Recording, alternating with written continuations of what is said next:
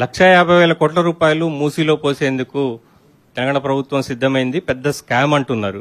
అసలు 1,50,000 అవుతుందా సార్? ఎంత ఎస్టిమేషన్ ఉన్నది మీరు? అసలు ఇప్పుడు 100 కోట్లు అవుతుందా, 50 కోట్లు అవుతుందా, 150 కోట్లు అవుతుందా, 1000 కోట్లు అవుతుందా, 50,000 కోట్లు అవుతుందా?